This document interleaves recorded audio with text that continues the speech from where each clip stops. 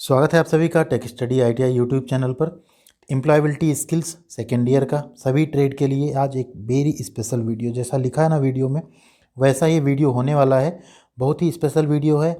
As usual जैसे हमारे दोनों इसके पहले वाले मॉडल पेपर में 25 + 1 क्वेश्चन था, इसमें भी वही है। लास्ट जो क्वेश्चन है उसका आंसर आपको कमेंट बॉक्स में करना है। जिसका भी आंसर सही होगा हम रिप्लाई और लाइक ज़रूर करेंगे। ये मॉडल पेपर बहुत ही स्पेशल है। आपका जो सिलेबस है एम्प्लॉयबिलिटी स्किल का सेकेंड ईयर का, उसी से हमने प्रिपेयर किया है। ईच एंड एवरी आपके जो सेक्शन है इससे हमने 5-5 क्वेश्चन लिए हैं, टोटल 25 क्वेश्चन है। और प्रीवियस वीडियोज़ में जो क्वेश्चन था जिसका आंसर आपने कमेंट बॉक्स में किया, इसमें बहुत से बच्चों ने कमेंट सही किया था, उस क्वेश्चन को भी हमने इसमें शामिल किया हुआ है। तो वीडियो देखने से पहले अगर चैनल पर नए हैं तो चैनल को सब्सक्राइब कर लीजिए। आपके लिए सिलेबस इस तरह से क्वेश्चन ढूंढ ढूंढ के और उनको इतने स्पेशल तरीके से प्रिपेयर करता हूं मैं।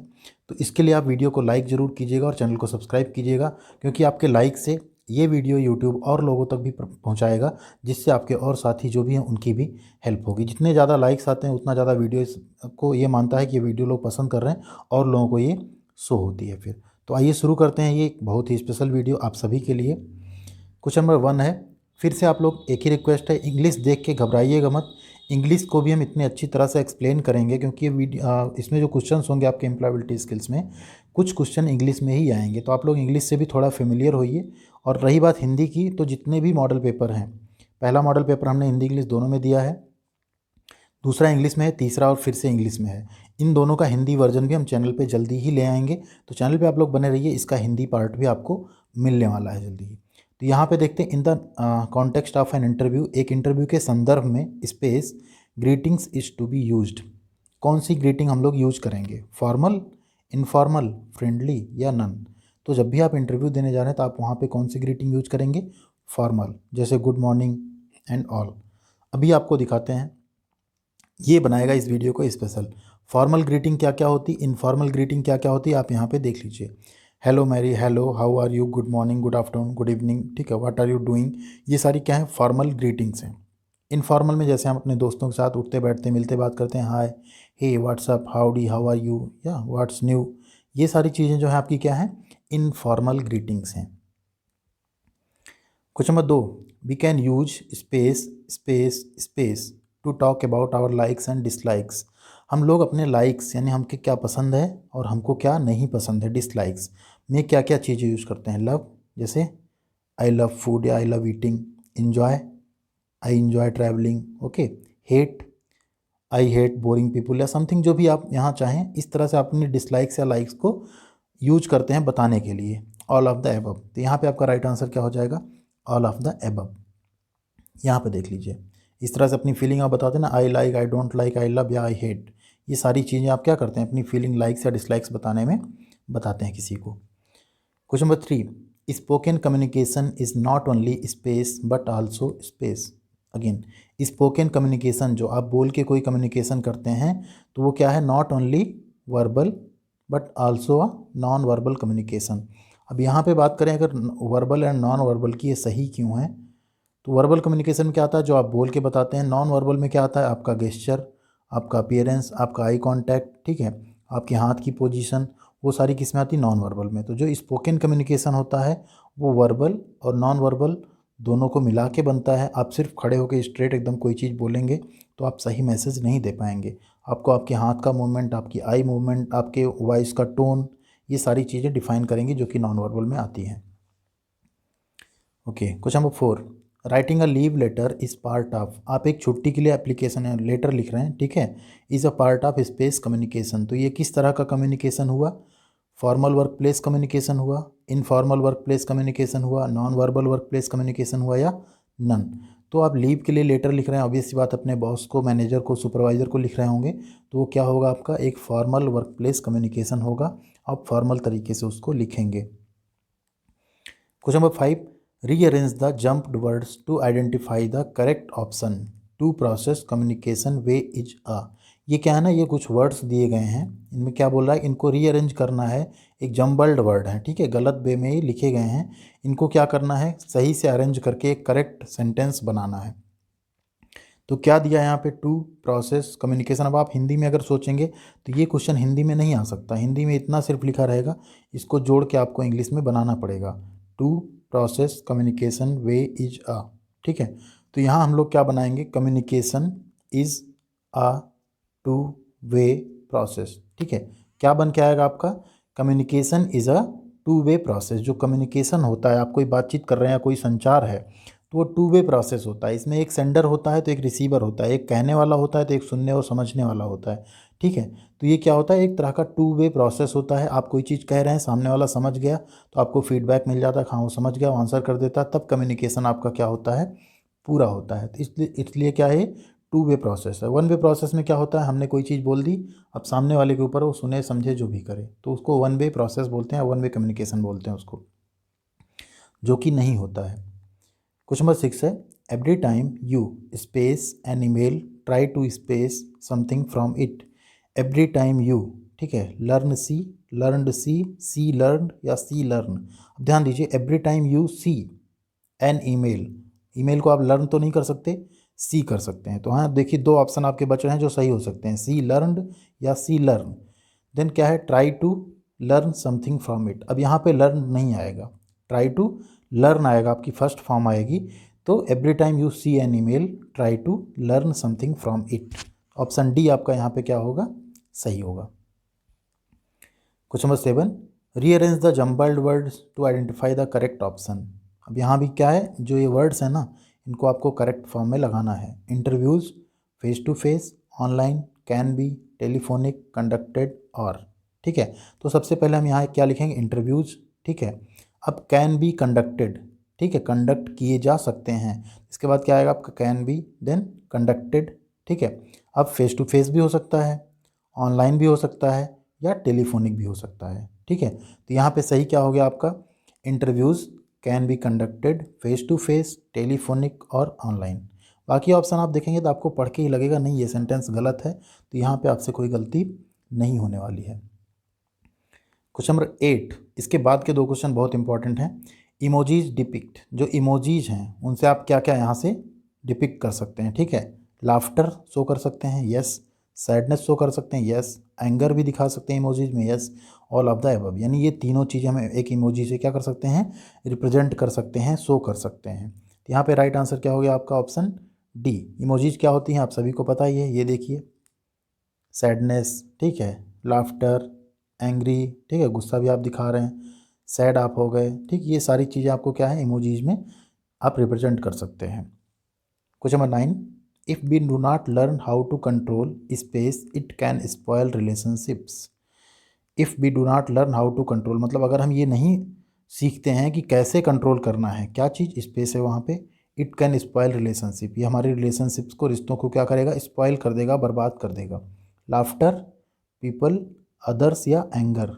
तो अगर आप अपने गुस्से पे कंट्रोल नहीं रखते हैं, किस पे, एंगर पे, तो क्या करेगा, ये आपकी रिलेशनशिप को बर्बाद कर देगा, रिश्तों को स्पॉइल कर देगा। तो एंगर बहुत ही बुरी चीज़ होती है, आप सभी को इस पर कंट्रोल करना सीखना चाहिए। अगर आपका गुस्सा ज़्यादा है तो जल्दी कंट्रोल नहीं होता, बट बुरी चीज़ है, तो इससे जितनी जल्दी आप बाहर निकल जाएं उतना ज़्यादा अच्छा होता है ये। Question number 10, a quick summary of your self is called an. अपने बारे में क्विक समरी, ठीक है, बट आपके बारे में क्विक समरी मतलब आपके बारे में पूरा एक समराइज़ करके आप जल्दी से बता दें कोई चीज़, उसे क्या कहते हैं। एंग्री टोन, यानी गुस्से में बोलेगी चीज़। इजी स्पीच, एक आसान सी स्पीच। एलिवेटर पिच या इमोशनल टॉक, तो इसे हम बोलते हैं एलिवेटर पिच। ये क्वेश्चन आपका बहुत ही इंपॉर्टेंट है। एलिवेटर पिच क्या होती है हम आपको थोड़ा सा एक्सप्लेन कर देते हैं यहाँ पे। एलिवेटर पिच ये होती है कि एलिवेटर मतलब होता है लिफ्ट, जिससे आप कहीं बिल्डिंग में ऊपर या नीचे आते जाते हैं। तो एलिवेटर पिच का मतलब क्या होता है, आप किसी के साथ लिफ्ट में गए और लिफ्ट का गेट खुलने तक ही आप अपने बारे में उसको बता दीजिए, समरी में आप अपने आप को समराइज़ कर दीजिए, वो आपको जान जाए, आप उससे बात कर लीजिए, उसी को बोलते हैं एलिवेटर पिच। तो क्विक समरी जो होती है जनरली ये 30 सेकंड में आप अपने बारे में जितना इंट्रोडक्शन दे देते हैं उस किसी को, वही कहलाती है एलिवेटर पिच यहाँ पे। तो ये बहुत ही इंपॉर्टेंट क्वेश्चन है, आ सकता है आपके एग्जाम में भी। अभी क्वेश्चन नंबर 11 भी देखिए, उसी से मिलता जुलता है। Introducing one self in a smart and powerful way in just 30 seconds is called. अपने आप को, ठीक है, एक स्मार्ट और पावरफुल तरीके से किसी से इंट्रोड्यूस करना कितने में, सिर्फ 30 सेकेंड में, क्या कहलाएगा। Elevator pitch, brief case, speech या क्विक कॉल, इसी को हम क्या बोलेंगे, एलिवेटर पिच, जो हमने पहले क्वेश्चन में आपको एक्सप्लेन किया। Question number 12, when you provide feedback tell the listener that you are providing. जब आप कहीं फीडबैक दे रहे हों, ठीक है, तो आप जो लिसनर है उसको क्या कहेंगे कि हम आपको नेगेटिव फीडबैक दे रहे हैं, नहीं। कमेंट्स दे रहे हैं, नहीं। कंस्ट्रक्टिव फीडबैक फॉर इम्प्रूवमेंट या नन। तो हमेशा जो फीडबैक होता है ना, वो एक कंस्ट्रक्टिव फीडबैक देना चाहिए, किसके लिए? इम्प्रूवमेंट के लिए। जैसे आपको किसी ने कोई चीज़ समझाया, आपको कम समझ में आई, तो आप वहाँ पे एक फीडबैक देंगे कि आपके समझाने का तरीका अच्छा था, लेकिन इसमें अगर ऐसी ऐसी चीज़ें और इन्वॉल्व होती तो ये आपका और अच्छा स्पीच हो सकता था, ठीक है। इसी तरह से किसी शॉप पे या कहीं आप कोई सर्विस किसी होटल में जाते हैं, तो वहाँ पे अगर कोई सर्विस आपको पसंद नहीं आती, तो आप नेगेटिव फीडबैक ना देके एक कंस्ट्रक्टिव फीडबैक देंगे कि ये चीज़ें आप अगर इम्प्रूव कर लेंगे तो बाकी चीज़ें आपकी बहुत अच्छी हैं। उसी को हम क्या बोलते हैं? Constructive feedback. तो यहाँ पर आपका राइट आंसर हो जाएगा option C, constructive feedback for improvement. कभी भी आप क्या करेंगे, जब फीडबैक प्रोवाइड करेंगे तो लिसनर को हमेशा इस तरह का फीडबैक देंगे। Question number 13, Rahul is writing a letter to his supervisor seeking leave for 2 days। Rahul's letter is, Rahul क्या कर रहा है? एक लेटर लिख रहा है अपने सुपरवाइजर को, किसके लिए? लीव लेने के लिए 2 दिन का। तो राहुल का लेटर कैसा लेटर होगा? फॉर्मल लेटर होगा, इनफॉर्मल लेटर होगा, नॉन वर्बल कम्युनिकेशन होगा, या ऑल ऑफ द एबव होगा? तो यहाँ पे ध्यान दीजिए, राहुल का लेटर कैसा लेटर होगा? एक फॉर्मल लेटर होगा। कभी भी आप कोई ऑफिशियल चीज़ कर रहे हैं तो वहाँ पे हमेशा formal language and formal letters use किए जाएंगे। Okay. Question number 14, while communicating we must focus on. हम जब कम्युनिकेट कर रहे हैं, कोई चीज़ अपनी बात कहीं कह रहे हैं या कोई मैसेज कहीं कन्वे कर रहे हैं, तो हम किस पे फोकस करेंगे? Verbal communication, words B use, यानी वर्बल कम्युनिकेशन पे जो शब्द हम यूज कर रहे हैं उन पे। नॉन वर्बल कम्युनिकेशन यानी आई कॉन्टैक्ट पे, बॉडी लैंग्वेज एट्सेट्रा पे। देन लिसनिंग पे and all of the above पे। तो जब भी हम कम्युनिकेट कर रहे हैं तो हमें verbal communication, non verbal communication as well as listening, जो सामने से कोई क्वेश्चन आ रहा हो उसको सुनना भी होता है, ठीक है। ये तीनों चीज़ें करनी पड़ती हैं, इन तीनों पे फोकस करना होता है। तो राइट आंसर क्या हो जाएगा आपका? Option D, all of the above. Question number 15, बहुत ही इंपॉर्टेंट क्वेश्चन हैं। बस ये 3 मॉडल पेपर आप अगर कर लेते हैं तो आप एम्प्लॉयबिलिटी स्किल में 100% ले आएंगे अपने नंबर, ये मेरी गारंटी है। 15 नंबर है, देखिए, when the society decides how we need to behave and forces it on us, it is called creating. जब सोसाइटी कोई चीज़ डिसाइड कर लेती है हमें इस तरह से बिहेव करना है, ठीक है, और हमारे ऊपर उसी तरह का एक फोर्स आए कि हाँ आपको ऐसे ही रहना है, उसे क्या क्रिएट करना कहते हैं? Free society, equality, gender stereotype या नन? तो फ्री सोसाइटी उसे नहीं कहते, इक्वलिटी भी उसे नहीं कहते हैं, इसे हम कहते हैं जेंडर स्टीरियोटाइप्स। जेंडर 2 होते हैं, मैस्कुलिन या फेमिनिन, यानी मेल एंड फीमेल। उनको लेके कुछ एक धारणाएं बन जाती हैं कि इनको ऐसे रहना चाहिए, इनको ऐसे, इसी को हम कहते हैं जेंडर स्टीरियोटाइप। कुछ एग्जांपल आप यहाँ देख सकते हैं, जैसे फेमिनिन यानी अगर कोई फीमेल है तो एग्रेसिव नहीं होना चाहिए, वो डिपेंडेंट होना चाहिए, ठीक है, इजीली इन्फ्लुएंस करने वाली हो, सबमिसिव हो, पैसिव हो, ठीक है, होम ओरिएंटेड मतलब घर के काम करती हो, ठीक, जेंटल हो, ठीक है, क्राई अलाट मतलब ज़्यादा रोती हो। इस तरह का हम एक धारणा बना लेते हैं ना कि अगर वो फीमेल है तो इतना चीज़ें होनी चाहिए। देन मैस्कुलिन में, मेल में हमें क्या होता है? एग्रेसिव हो तो वो मेल है, ठीक है, इंडिपेंडेंट हो, अपना काम खुद कर रहा हो, डोमिनेंट हो, ठीक, एक्टिव हो। ये सारी चीज़ें क्या, सोसाइटी ने एक स्टीरियोटाइप बना लिया है कि इस तरह से होगा। अगर वो मेल है तो क्रूएल होगा, निर्दयी होगा, ठीक है, इस टाइप का टफ होगा, ठीक, ज़्यादा बातें नहीं करना चाहिए उसे, एंड फीमेल हो तो ज़्यादा बात कर सकती है। जबकि ऐसा नहीं है, जेंडर स्टीरियोटाइप बहुत ही गलत चीज़ है, इसके बिहाफ पे किसी को जज नहीं करना चाहिए। जैसे एक कहावत है ना कि लड़के रोते नहीं हैं, ये भी एक जेंडर स्टीरियोटाइप है, क्योंकि लड़कों को कोई फीलिंग नहीं होती। या सेम है, लड़कियों को जॉब नहीं करनी चाहिए। तो ये सारे सोसाइटी में एक धारणाएं बन गई हैं जो कि हमारे ऊपर थोप दी जाती हैं। चलिए question number 16, interviews can B, जो इंटरव्यू है वो कैन बी क्या हो सकते हैं? फेस टू फेस हो सकते हैं, टेलीफोनिक भी हो सकते हैं, ऑनलाइन भी हो सकते हैं। तो सही क्या हो जाएगा आपका? All of the above. Interviews जो हैं ये तीनों तरीके से लिए जा सकते हैं। Question number 17, shortcut keys control, control and control, इसका मीनिंग क्या होता है? तो कंट्रोल+C से क्या करते हैं हम? कॉपी, कंट्रोल+V से पेस्ट, कंट्रोल+S से सेव, एंड एक कंट्रोल+X होता है जिससे हम कट करते हैं। तो यहाँ पे 3 ही दिया है, तो कॉपी, पेस्ट एंड सेव आपका राइट आंसर होगा। तो वीडियोज बनाने में आपके लिए एक एक क्वेश्चन को इस तरह से इस फॉर्मेट में उस PDF से लाने में, जो कि निमी का है, काफ़ी वर्क करना पड़ता है। 1 से 2 घंटे लग जाते हैं PPT बनाने में, उसके बाद इसको रिकॉर्ड करने में। तो आप लाइक ज़रूर करिए वीडियो को, जिससे कि हमारी जो मेहनत है वो एक वर्थफुल हो। और सब्सक्राइब भी कर लीजिए चैनल को, आपको ऐसी और वीडियोस मिलती रहेंगी चैनल पे रेगुलर बेसिस पे। Question number 18, while preparing power point presentations it is important to. जब आप पावर पॉइंट प्रेजेंटेशन जो है प्रिपेयर कर रहे हो तो क्या इंपॉर्टेंट होता है? Put all information in one slide. जैसा है पावर पॉइंट प्रेजेंटेशन, अगर हम सारे क्वेश्चन एक स्लाइड पे रख देते तो क्या आपको समझ में आता कुछ भी? नहीं, तो ये गलत है। Use text and background in the same colour. जैसे बैकग्राउंड वाइट है, अगर इस पर हम वाइट टेक्स्ट लिखते तो आपको समझ में आता कुछ? नहीं आता। Then use light text on a dark background. Dark background पे लाइट टेक्स्ट या तो लाइट बैकग्राउंड पे डार्क टेक्स्ट। जैसा अभी वाइट बैकग्राउंड पे ब्लैक टेक्स्ट आपको दिख रहा है, ऐसे ब्लैक बैकग्राउंड होता तो वाइट टेक्स्ट आपको दिखता। Then none. तो यहाँ पे आपको क्या करना चाहिए? Use light text on a dark background, ये करना चाहिए आपको जब आप पावर पॉइंट प्रेजेंटेशन बना रहे हों। तो बाकी दोनों चीज़ें आप करेंगे तो आपकी प्रेजेंटेशन बेकार होगी। ऑप्शन सी यहाँ पे सही है आपका। Question number 19, when we want to type using our voice we are using. जब हम ये चाहते हैं कि हमारी आवाज़ जो हो ना वो क्या हो, टाइप हो जाए कीबोर्ड पे, उसे हम क्या कहेंगे? We are using. तो हम क्या यूज़ कर रहे हैं? Voice recognition feature, voice of Google, voice technique या नन। तो उसे हम बोलते हैं वॉइस रिकॉग्निशन फीचर। ठीक है, कीबोर्ड का एक फीचर होता है जिसमें आप क्या करते हैं? टाइप करते हैं, देन आप जो बोलते हैं वो क्या होता है? कीबोर्ड पे टाइप हो जाता है। ऑप्शन ए आपका यहाँ पे राइट आंसर है। क्वेश्चन नंबर 20, नेटवर्किंग क्या है? मेकिंग न्यू एनिमीज, यानी नए नए शत्रु बनाना, दुश्मन बनाना। आइडेंटिफाइंग योर कंपटीशन, अपने कंपटीशन को आइडेंटिफाई करना। Making connections with other business and customers, other businesses से और कस्टमर से क्या करना? कनेक्शन बनाना, कनेक्ट होना। ज्वाइनिंग अ सोशल नेटवर्क, एक सोशल नेटवर्क ज्वाइन करना। तो नेटवर्किंग होती है making connections with other businesses and customers. Right answer है आपका। इस तरह से आप इस फिगर से भी समझ सकते हैं कि हम नेटवर्क अगर बनाते हैं, हम अलग अलग दुनिया में, अलग अलग पूरे ग्लोब पे हम लोगों से जुड़ें, उनके बिजनेस पार्टनर बने या कुछ बने, उसी को हम क्या कहते हैं? Networking. Question number 21, we need to have space when market trends change और when our current job no longer exists.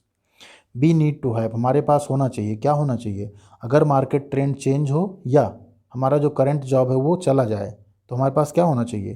Career path, models, alternative career या पेमेंट। तो हमारे पास होना चाहिए एक अल्टरनेटिव कैरियर जिसमें हम जाके काम कर सकें, रह सकें और सर्वाइव कर सकें अपनी लाइफ में। Question number 22, what do aptitude test. जो एप्टीट्यूड टेस्ट होते हैं उनमें हम क्या टेस्ट करते हैं? Reasoning ability, quantitative aptitude, numerical और arithmetic ability, which is a part of quantitative aptitude या ऑल ऑफ द एबव। तो जो एप्टीट्यूड टेस्ट होता है ना उसमें रीजनिंग एबिलिटी भी होती है, क्वांटिटेटिव एप्टीट्यूड भी होता है, न्यूमेरिक या अरिथमेटिक एबिलिटी भी होती है जो कि इसी का एक पार्ट होता है। तो यहाँ पे आपका ऑल ऑफ द एबव सही होगा। Question number 23, a resume let's the prospective employer know about the candidates. आपका जो रिज्यूमे होगा वो उसमें क्या क्या ऐसा होना चाहिए जो एम्प्लॉयर है ना वो आपके बारे में क्या क्या जान जाए? स्किल्स, एजुकेशन, एक्सपीरियंस या ऑल ऑफ द अबव। तो एक रिज्यूमे में आपकी स्किल भी होनी चाहिए, आपको क्या क्या आता है। एजुकेशन, आपका एजुकेशनल बैकग्राउंड पूरा होना चाहिए। एक्सपीरियंस, आपने कहीं काम किया वो भी होना चाहिए। तो ऑल ऑफ द अबव यहाँ पे क्या है? राइट आंसर आपका ऑप्शन डी।